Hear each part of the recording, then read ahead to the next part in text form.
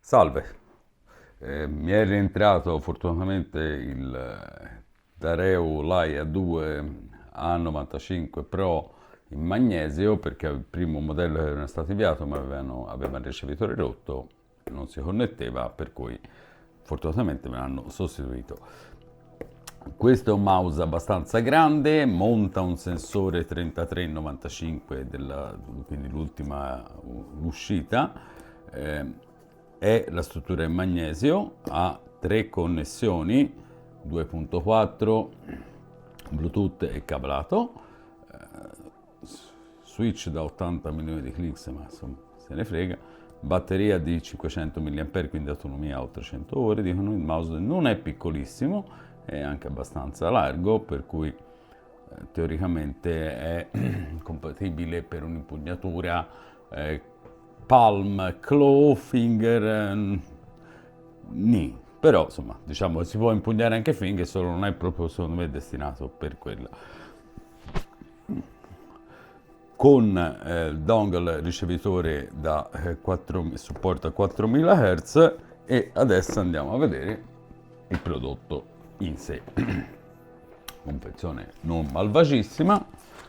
Qui abbiamo il nostro mouse, una bella colorazione azzurra, blu notte direi, e come si vede non è piccolissimo, è anche abbastanza piatto. Ha i piedini Pure PTFE in questo bianco grigio.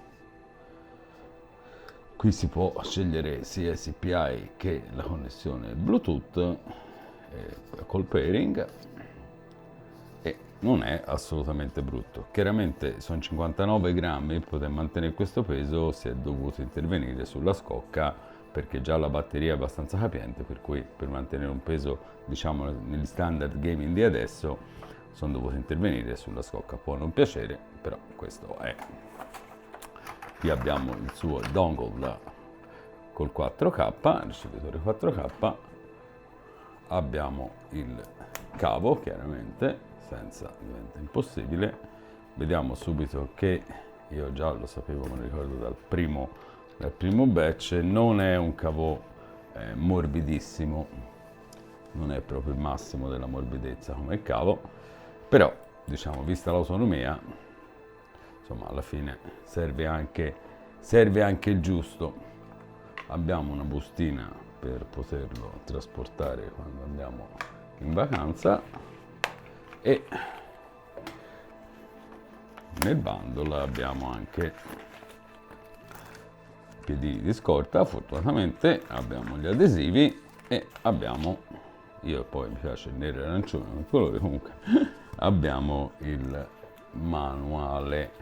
Allora, una cosa devo dire, attenzione, perché io ho avuto anche problemi con il software, per cui se non è, in caso lo acquistaste, costa 79, io l'ho pagato 79 euro, per cui il prezzo è veramente competitivo. In caso lo acquistaste, fate attenzione all'update, perché è facile briccare il tutto.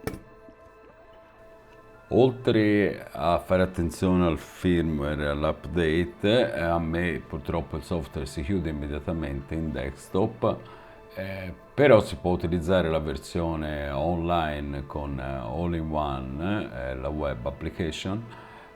Io non sono un grande fan di questi applicativi via web, come anche il via, insomma, essendo sempre aziende cinesi, evito di consigliarli in uso per un discorso di privacy e dati. Chiaramente, come abbiamo visto, possiamo sempre utilizzare il Raw Axle, che permette di impostare il mouse e anche altre cose, praticamente rimpiazzando i software dedicati e proprietari delle aziende.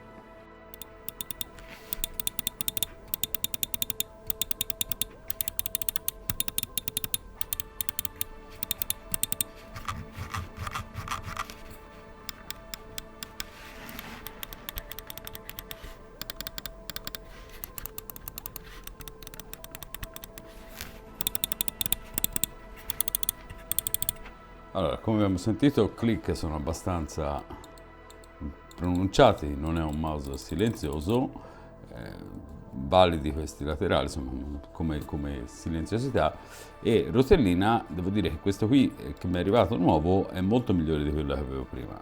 Questo sembra veramente sembra buona, senza alcun problema. Sì, chi ama il click orizzontale così delle rotelline è facilmente raggiungibile.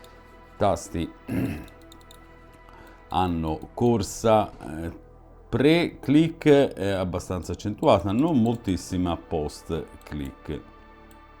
Destro, come vedete, c'è questo gap, balla un pochino, però questo poi fortunatamente ora abbiamo il tool per misurare la latenza, per cui possiamo tranquillamente verificare col travel pre-click quanto è il ritardo sia con che senza il travel. Aggiungiamo anche nella parte video quello che abbiamo visto con il tool OSLTT e andiamo a vedere un attimo il click latency, che appunto riguarda la latenza dal momento in cui avviene il click, sia a livello audio registrato al microfono, abbiamo visto l'articolo, oppure con il contatto via striscia d'alluminio. Vediamo quali sono i risultati. In questo caso vediamo la versione, questo è col cavo, e possiamo fare anche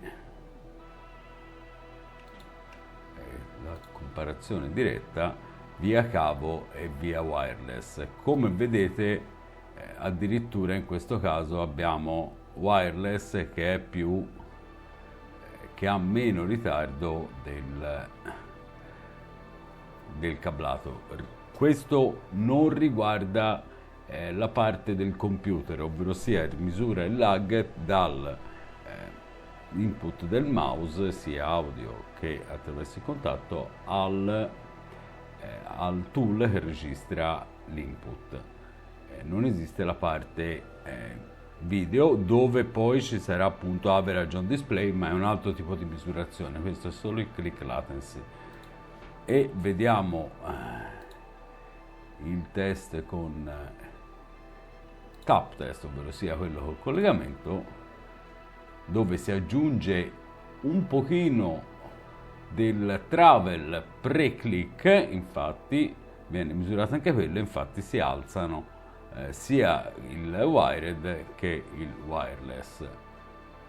Quindi diciamo che la differenza tra scusate, ora ho fatto in questo caso qui è tap wireless, e andiamo a cercare micro, ok, vediamo la differenza. Quindi praticamente abbiamo quasi 3 diciamo 2 millisecondi solo di travel, solo per il ritardo dato dalla corsa del tasto pre-click. E poi c'è il post-click, ovvero sia tra un click e un altro, insomma, non sono pochi, sono già molti più che il click latency vero e proprio. A volte viene dichiarato di 1 millisecondo, ma insomma poi vanno misurati per bene, perché poi detti è una cosa e poi i risultati sono ben altri. Comunque questo poi viene aggiunto anche nell'articolo, era solo per aggiungerlo a livello video, anche per dare questa ulteriore informazione.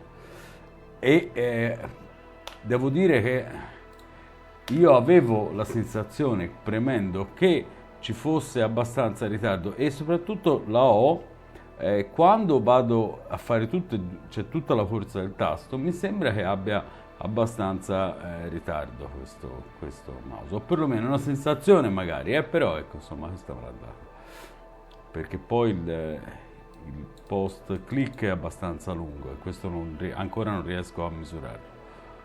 Bene, chiudiamo questa sezione e andiamo avanti col video.